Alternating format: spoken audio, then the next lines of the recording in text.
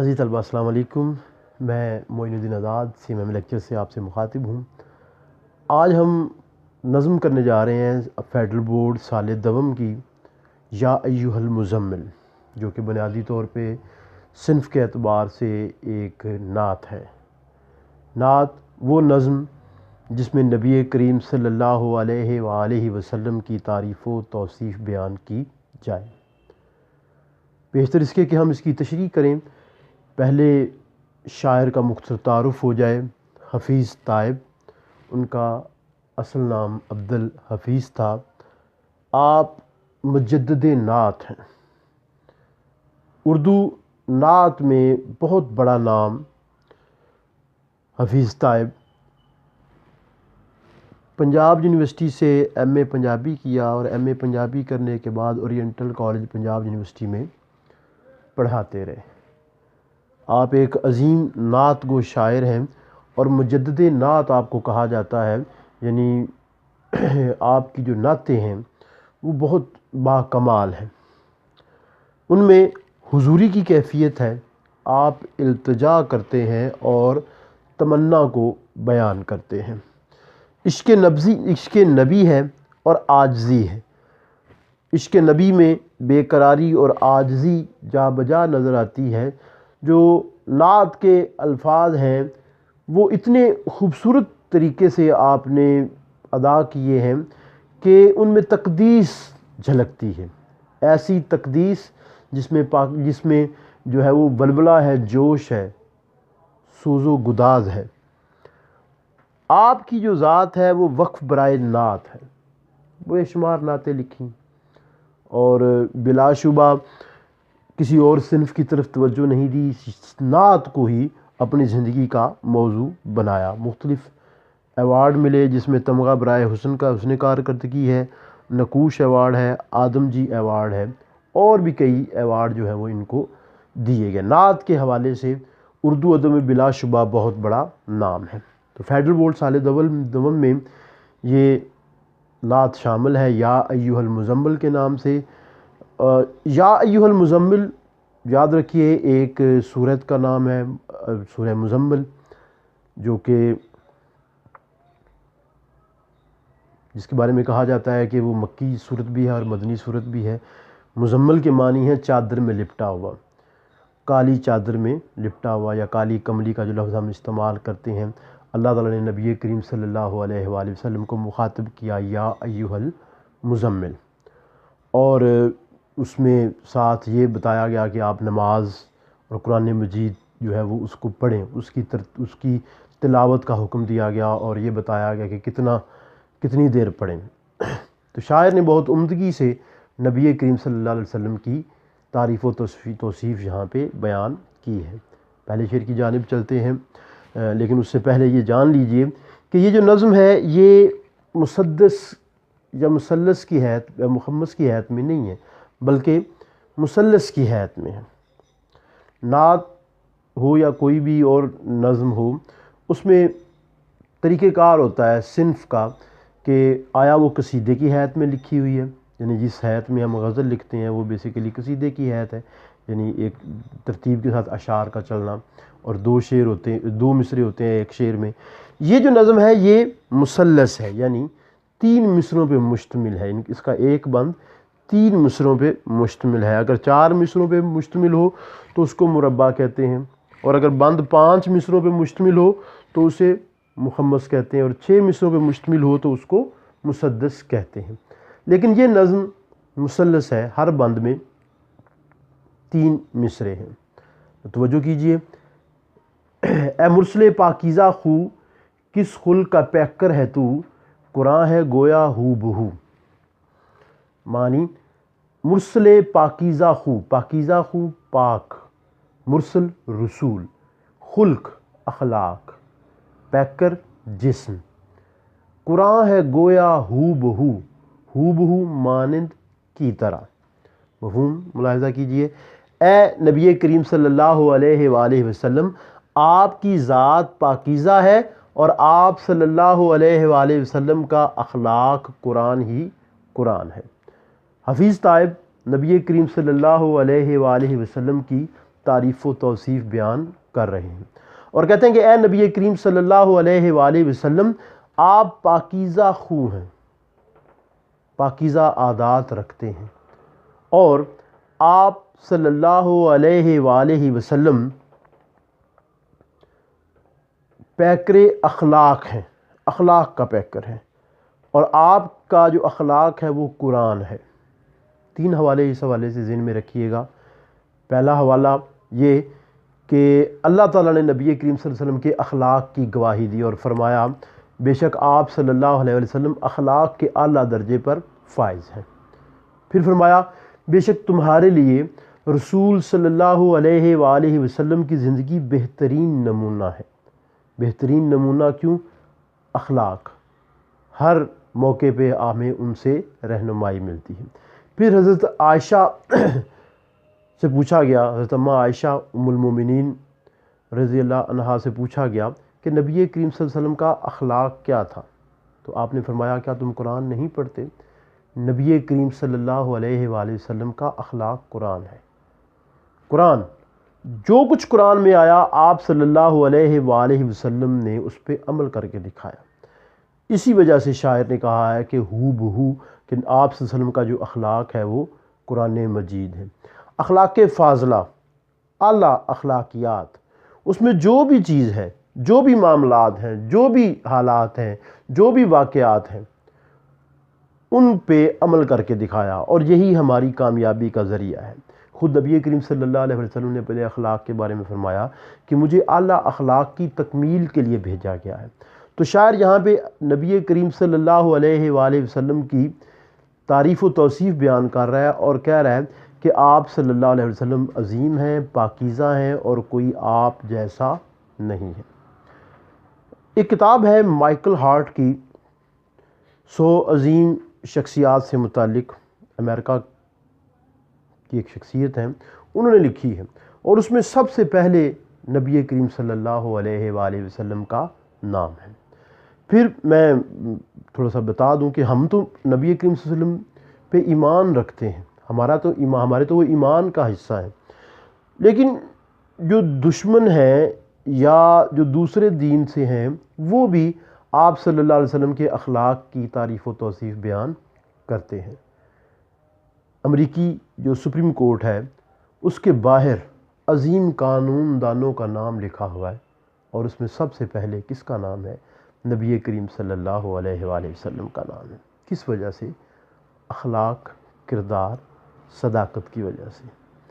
اور آپ صلی اللہ علیہ وسلم کی جو زندگی ہے وہ کھلی کتاب ہے، آپ خیر البشر ہیں، اور قرآن کے اوپر عمل کر کے دکھایا۔ اسی لیے جو ہے وہ شاعر یہاں پہ کہہ رہا ہے کہ اے نبی کریم صلی اللہ علیہ وسلم، آپ جو ہے وہ سب سے بڑھ کر ہیں، اور آپ کا اخلاق قرآن مجید ہے۔ اس کی ذات ہے قرآن کی حسین تفسیر، اسی کا قول و عمل مستقل حوالہ ہے۔ کردار کا یہ حال، صداقت ہی صداقت، اخلاق کا یہ رنگ کہ قرآن ہی قرآن۔ تو قرآن کے اوپر آپ صلی اللہ علیہ وآلہ وسلم نے عمل کر کے دکھایا۔ دوسرا بند دیکھیے، کشور کشائے بحر و بر، احسان ہے تو سر بسر، تو ہر زماں کی آبرو۔ کشور ملک کو کہتے ہیں، کشور کشائے بحر و بر، بحر سمندر، اور بر خشکی، سر بسر مکمل طور پہ سر سے لے کے پاؤں تک، ہر زماں زمانہ، آبرو عزت۔ مفہوم ملاحظہ کیجئے، اے نبی کریم صلی اللہ علیہ وسلم، آپ خشکی و تری کے حکمران ہیں، اور 2 جہانوں کے لیے رحمت اور زمانے کی آبرو ہیں۔ نبی کریم صلی اللہ علیہ وسلم کی تعریف و توصیف بیان کر رہا ہے شاعر، اور کہتا ہے کہ اے نبی کریم صلی اللہ علیہ وسلم، آپ خشکی اور تری دونوں کے بادشاہ ہیں، اور آپ کی ذات احسان، سر بسر احسان مندی ہے، یعنی لطف و عنایت ہے، محبت ہے، شفقت ہے، رحمت ہے، اور آپ ہر زمانے کی آبرو ہیں۔ دنیا میں جو کچھ ہم دیکھتے ہیں وہ سب آپ صلی اللہ علیہ وآلہ وسلم کی بدولت ہے۔ آپ زمانے کی آبرو ہیں، زمانے کا حسن ہے، اور آپ کی وجہ سے یہ جو دنیا ہے یہ خوبصورت ہے، یہاں پہ روشنائیاں ہیں، یہاں پہ محفلیں ہیں۔ ہوئی تکمیل جن کی ذات پر ہر خیر و برکت کی، انہیں خیر البشر خیر الورا کہیے بجا کہیے۔ صاحب خلق عظیم و صاحب لطف امین، صاحب حق صاحب شق القمر خیر البشر۔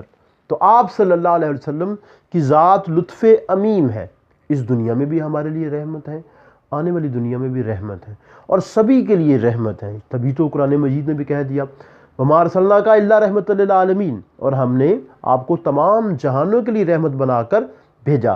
تو شاعر جو ہے وہ اسی چیز کی طرف اشارہ کر رہا ہے اور کہہ رہا ہے کہ اے نبی کریم صلی اللہ علیہ وآلہ وسلم، آپ سے بڑھ کر کوئی نہیں ہے۔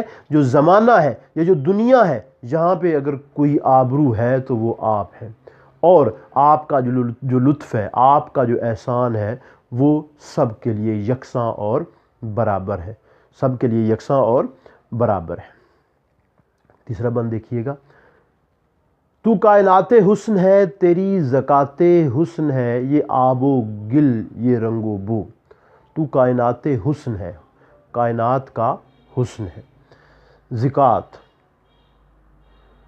ہم جو ہے وہ اپنے مال میں سے جو پیسے ادا کرتے ہیں وہ زکوٰۃ ہے، اپنے پاک کرنے کے لیے اپنے مال کو۔ تو آپ صلی اللہ علیہ وسلم کا جو حسن ہے، اس آب و گل، آب پانی اور گل مٹی، یہ جو دنیا ہے یہ مٹی اور پانی سے مرکب ہے۔ رنگ و بو، رنگ اور بو خوشبو، خوبصورتی، مختلف جو رنگ اور خوبصورتی ہم یہاں پہ دیکھتے ہیں وہ کس کی وجہ سے ہے؟ وہ آپ صلی اللہ علیہ وسلم کی وجہ سے ہے۔ مفہوم دیکھیے، یہ کائنات آپ کے حسن کی تجلی ہے، اور یہ آب و گل کی دنیا آپ کے حسن کی زکوٰۃ ہے۔ نبی کریم صلی اللہ علیہ وآلہ وسلم کے حسن کو بیان کیا گیا ہے، ظاہری حسن کو بیان کیا گیا ہے، اور ساتھ میں اس کائنات کی تخلیق کو بیان کیا گیا ہے۔ نبی کریم صلی اللہ علیہ وآلہ وسلم وجہ تخلیق کائنات ہے، اس کائنات کے وجود میں آنے کی وجہ ہے۔ اگر آپ نہ ہوتے تو یہ کائنات نہ ہوتی۔ یہی وجہ ہے کہ اللہ تعالیٰ نے فرما دیا کہ اے نبی، اگر میں نے آپ کو پیدا نہ کرنا ہوتا تو میں یہ کائنات ہی نہ بناتا۔ تو ہم کائنات میں جہاں کہیں خوبصورتیاں دیکھتے ہیں، بڑے پہاڑ دیکھتے ہیں، سمندر دیکھتے ہیں، صحرا دیکھتے ہیں، جنگل دیکھتے ہیں، بیابان دیکھتے ہیں، سب کس کے حسن کی زکوٰۃ ہے؟ نبی کریم صلی اللہ علیہ وسلم کے حسن کی زکوٰۃ ہے۔ کیونکہ آپ نہ ہوتے تو یہاں پہ کچھ بھی نہ ہوتا، یہ دنیا بالکل بھی جو ہے وہ روشنی کے بغیر ہوتی، یہاں جو ہے وہ رانائیاں نہ ہوتی، رنگینیاں نہ ہوتی، رانائیاں اور رنگینیاں تو دور کی بات ہے، اس کا وجود ہی نہ ہوتا۔ تو شاعر نبی کریم صلی اللہ علیہ وسلم کو وجہ تخلیق کائنات قرار دے رہا ہے، اور وہ ہیں بھی، اور ساتھ میں یہ کہہ رہا ہے کہ آپ کائنات کا حسن ہیں۔ اور یہ جو رنگ و بو ہم دیکھتے ہیں، یہ جو ہم لولاک لمحہ کی محفل میں جو ایک خوبصورتی اور منظر دیکھتے ہیں، وہ کس کی وجہ سے ہے؟ آپ صلی اللہ علیہ وسلم کی وجہ سے ہے۔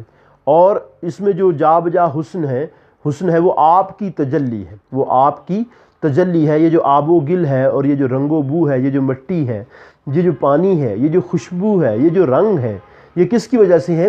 یہ آپ صلی اللہ علیہ وآلہ وسلم کی وجہ سے ہے، اور آپ کا حسن سب سے بڑھ کر ہے، سب سے بالا تر ہے۔ حضرت حسان بن ثابت کا شعر کا جو ما احسنہ کا، ما اکملہ کا جو ان کا خوبصورت نعتیہ کلام ہے، اس کو شاعر نے بہت خوبصورت طریقے سے برتا ہے۔ حوالے کے شعر میں دیکھیے گا، ما اجملہ کا تیری صورت، ما احسنہ کا تیری سیرت، ما اکملہ کا تیری عظمت، تیری ذات میں گم ہے خدائی۔ تو یہ جو پوری دنیا ہے یہ آپ صلی اللہ علیہ وآلہ وسلم کی ذات میں گم ہے۔ تو مقصد تخلیق ہے، تو حاصل ایمان، جو تجھ سے گریزاں وہ خدا سے ہے گریزاں۔ تو شاعر اس دنیا کی، اس کائنات کے ظہور میں آنے کی وجہ نبی کریم صلی اللہ علیہ وسلم کو قرار دے رہا ہے، اور کہہ رہا ہے کہ اے نبی کریم صلی اللہ علیہ وسلم، اگر آپ نہ ہوتے تو اس دنیا میں کچھ بھی نہ ہوتا، اور آپ کا جو حسن ہے، وہ جو آپ صلی اللہ علیہ وسلم کا حسن ہے، وہ زکوٰۃ ہے اس جہان کی۔ ایک اور شعر جو ہے مجھے یاد آ گیا، جس میں جو ہے وہ نبی کریم صلی اللہ علیہ وسلم کی تعریف و توصیف بیان کی گئی ہے۔ وہ بھی آپ حوالے کے طور پہ لکھ سکتے ہیں۔ آج یوسف بھی ان کی غلامی میں ہے، آج یوسف بھی ان کی غلامی بھی ہے، تم نے دیکھا زلیخا ہمارا نبی۔ تو نبی کریم صلی اللہ علیہ وسلم کے ظاہری حسن کو بیان کیا گیا ہے۔ آگے دیکھیے جی، چوتھا بند ہم کرنے جا رہے ہیں۔ سب رنگ ہے ایک رنگ سے، بتلا دیا کس ڈھنگ سے، دل پر بٹھا کر نقش ہو۔ سب رنگ ہے ایک رنگ سے، بتا دیا کس ڈھنگ سے، ڈھنگ سے انداز سے، دل پر بٹھا کر نقش ہو اللہ، اللہ ایک ہے، وحدانیت، وحدانیت کی یہاں پہ شاعر بات کر رہا ہے۔ مفہوم دیکھیے، آپ صلی اللہ علیہ وآلہ وسلم کا پیغام توحید ہے، اور آپ نے سب کے دلوں پر اللہ کی وحدانیت کا نقشہ بٹھا دیا۔ نبی کریم صلی اللہ علیہ وآلہ وسلم اس دنیا میں آئے، وجہ تخلیق کائنات ہے، ٹھیک ہے۔ تو شاعر جو ہے وہ اس چیز کو بیان کر رہا ہے، اور ساتھ میں یہ بیان کر رہا ہے کہ وحدانیت کو کیسے آپ نے لوگوں تک پہنچایا۔ عرب جو نبی کریم صلی اللہ علیہ وسلم کی آمد سے قبل جہالت میں ڈوبا ہوا تھا، آپ نے ان کی زندگیوں کو یکسر بدل دیا۔ وہ جو لات و منات کو مانتے تھے، وہ جو 365 بت انہوں نے کعبے میں رکھے ہوئے تھے، وہ سب آپ نے توڑ دیے اور ان کو وحدانیت کی طرف لے کر آئے۔ اللہ کا جو نقش ہے وہ ان کے دلوں پہ ثبت کر دیا۔ کیسے کیا؟ اپنے اخلاق کی وجہ سے۔ کیسے کیا؟ اپنی محنت کی وجہ سے۔ کیسے کیا؟ اس امت کے لیے رو رو کر دعائیں مانگ کے۔ تو شاعر کہتا ہے کہ اے نبی کریم صلی اللہ علیہ وسلم، آپ نے اس دنیا کو وحدانیت کا درس دیا۔ یہ جو دنیا ہے یہ الجھی ہوئی تھی، یہ جو دنیا ہے یہ بت کدے میں پڑی، بت کدے کے معاملات میں الجھی ہوئی تھی، اور یہاں پہ کوئی قانون نہیں تھا۔ عرب کسی قانون کو نہیں مانتے تھے، اور ان کا جو کلچر ہے، ان کی جو تہذیب ہے وہ کچھ سے کچھ ہو چکی تھی۔ قتل کرنا، ڈاکہ مارنا، شراب پینا، جوا کھیلنا اور بتوں کی پوجا کرنا عام تھا۔ کعبے میں اللہ کے گھر میں بت تھے، آپ نے اس کو بتوں سے پاک کیا، لوگوں کے دلوں کو بتوں سے پاک کیا اور وحدانیت کا درس دیا، اور ایسا درس دیا جو سب تک پہنچا۔ تو غور کیجئے جی، اتر کر ہیرا سے سوئے قوم آیا، اور ایک نسخہ کیمیا ساتھ لایا۔ مس خام کو جس نے کندن بنایا، کھرا اور کھوٹا الگ کر دکھایا۔ عرب جس پہ کرنوں سے تھا جہل چھایا، پلٹ دی بس ایک آن میں ان کی کایا۔ تو نبی کریم صلی اللہ علیہ وآلہ وسلم نے درس دیا وحدانیت کا، اور پھر یہ معاملہ ہوا کہ پورا جو عرب ہے وہ اسلام کے زیر نگیں آ گیا۔ اور یہی نہیں بلکہ ہم دیکھتے ہیں کہ بعد میں بھی یہ سلسلہ چلتا رہا اور آج بھی جاری و ساری ہے۔ تو شاعر نے اس موضوع کو نبی کریم صلی اللہ علیہ وسلم کا جو ہے وہ بنایا ہے، موضوع بنایا ہے۔